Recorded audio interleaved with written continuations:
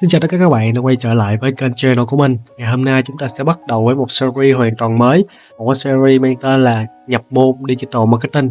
Thì trong series này mình sẽ chia sẻ những cái gì mà mình biết về lĩnh vực Digital Marketing đến với những bạn nào mà mới tìm hiểu cũng như là mới học về Digital Marketing, nhằm giúp cho các bạn một góc nhìn tổng quan về ngành hơn.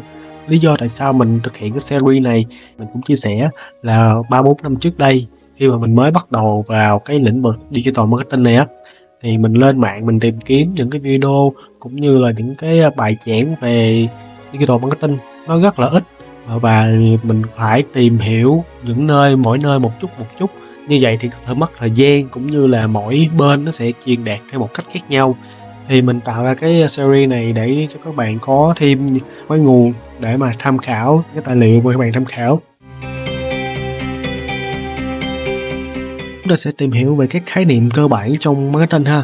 Riêng đó chính là marketing là gì. Ok.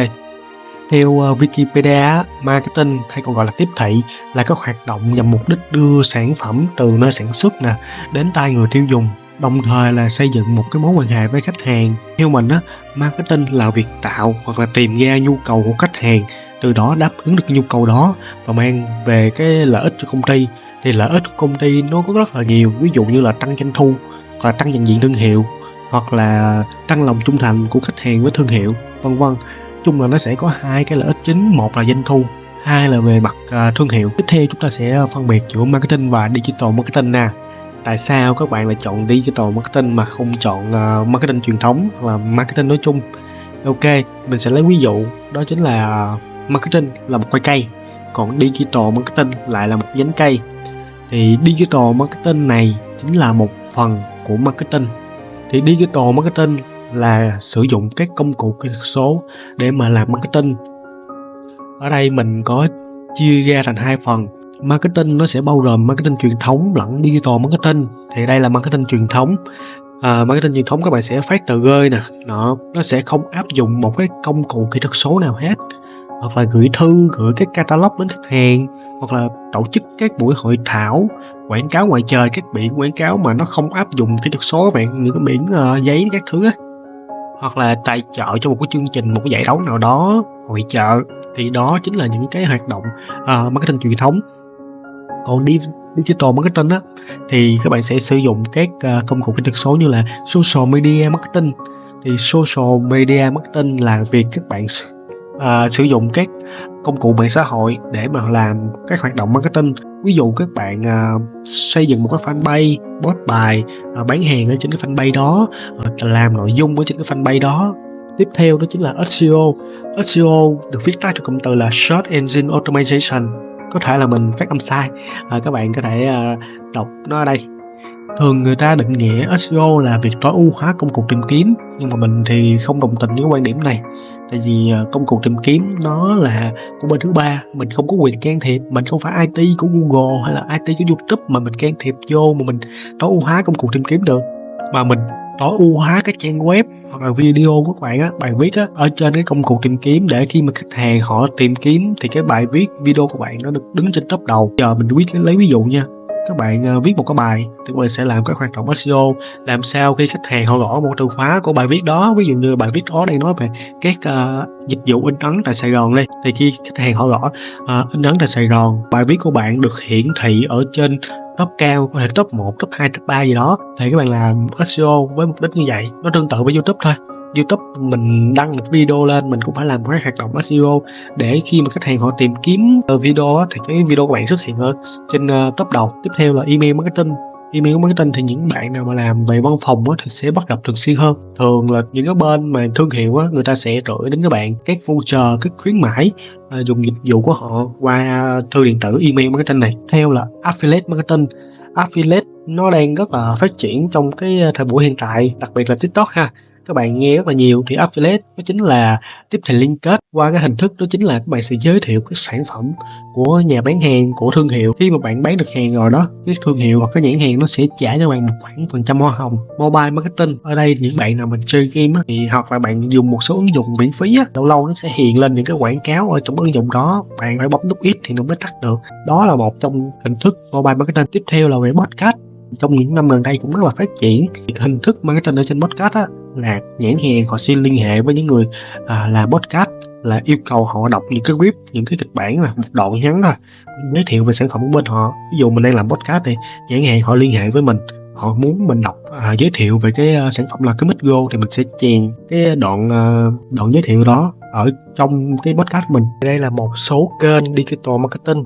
Tiếp theo mình sẽ giúp các bạn phân loại chúng nha. Hiện tại có rất là nhiều kênh digital marketing. Các bạn hãy nhớ là dù có bao nhiêu kênh digital đi chăng nữa thì nó sẽ nằm trong 3 cái nhóm này. Đầu tiên là paid media, kênh trả phí. Tiếp theo là owned media, là truyền thông sở hữu. Cuối cùng là earned media, là truyền thông lan truyền. Đầu tiên là paid media. Đây là những cái kênh mà bạn cần phải trả tiền để mà bạn có thể làm marketing được.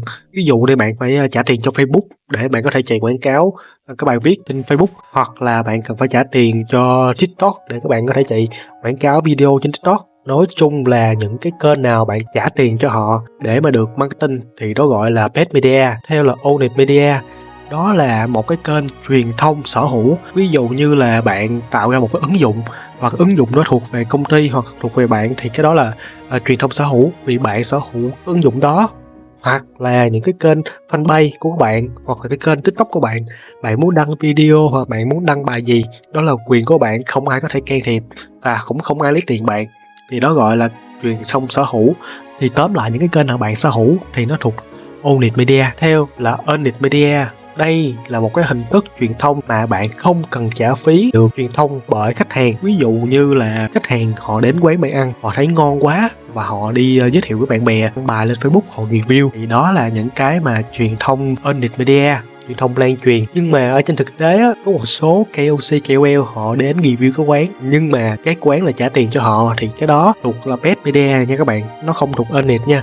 Khi nào mà họ tự nguyện lại đó, họ review, họ đăng bài lên Facebook một cách tự nguyện, không nhận tiền hay là nhận bất cứ cái lợi ích gì đó, thì cái đó mới gọi là earned media, truyền thông lan truyền.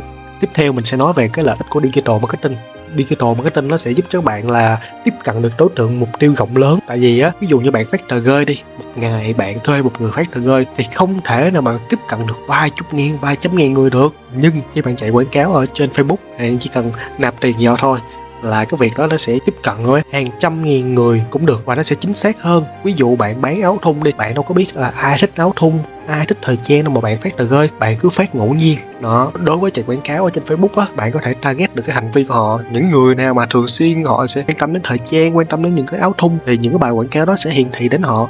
Đó là cái lợi ích đầu tiên. Đến với cái lợi ích thứ hai, đó là chi phí hiệu quả cũng như là linh hoạt. Thì digital marketing nó sẽ có chi phí thấp hơn cũng như là linh hoạt hơn. Bây giờ mình lấy một ví dụ, bạn hợp tác với một bên để gắn biển quảng cáo ngoài trời trong vòng 1 năm, nhưng mà bạn chạy mới có 1 tháng thôi, bạn cảm thấy nó không hiệu quả thì bạn đâu thể nào liên hệ với họ gỡ xuống và bạn không trả tiền cho họ đâu. Bạn chấp nhận là chạy hết 1 năm luôn. Còn đối với Facebook á, hoặc là đối với tất cả các bài quảng cáo mà bạn trả tiền á, thì bạn có quyền tắt quảng cáo bất cứ lúc nào. Ví dụ bạn chạy một cái bài quảng cáo, nếu nó hiệu quả thì bạn cứ tiếp tục chạy, nếu bạn thấy nó không hiệu quả thì bạn có thể tắt cam, tắt chiến dịch bất cứ lúc nào và tự điều chỉnh lại. Cái lợi ích thứ ba đó là đo lường và phân tích dễ dàng. Thì ví dụ bạn quảng cáo một cái biển ngoài trời thì bạn đâu có biết là một ngày có bao nhiêu người nhìn thấy cái biển quảng cáo của bạn đâu. Đối với quảng cáo ở trên digital marketing đó, nó sẽ cho các bạn biết là bao nhiêu người nhìn thấy quảng cáo của bạn, bao nhiêu người click vào cái quảng cáo của bạn, hoặc là độ tuổi bao nhiêu, sở thích cái gì, đến từ đâu. Họ sẽ cho các bạn tất cả các số liệu để mà bạn phân tích rất là dễ dàng luôn. Thì đó chính là 3 cái lợi ích của digital marketing.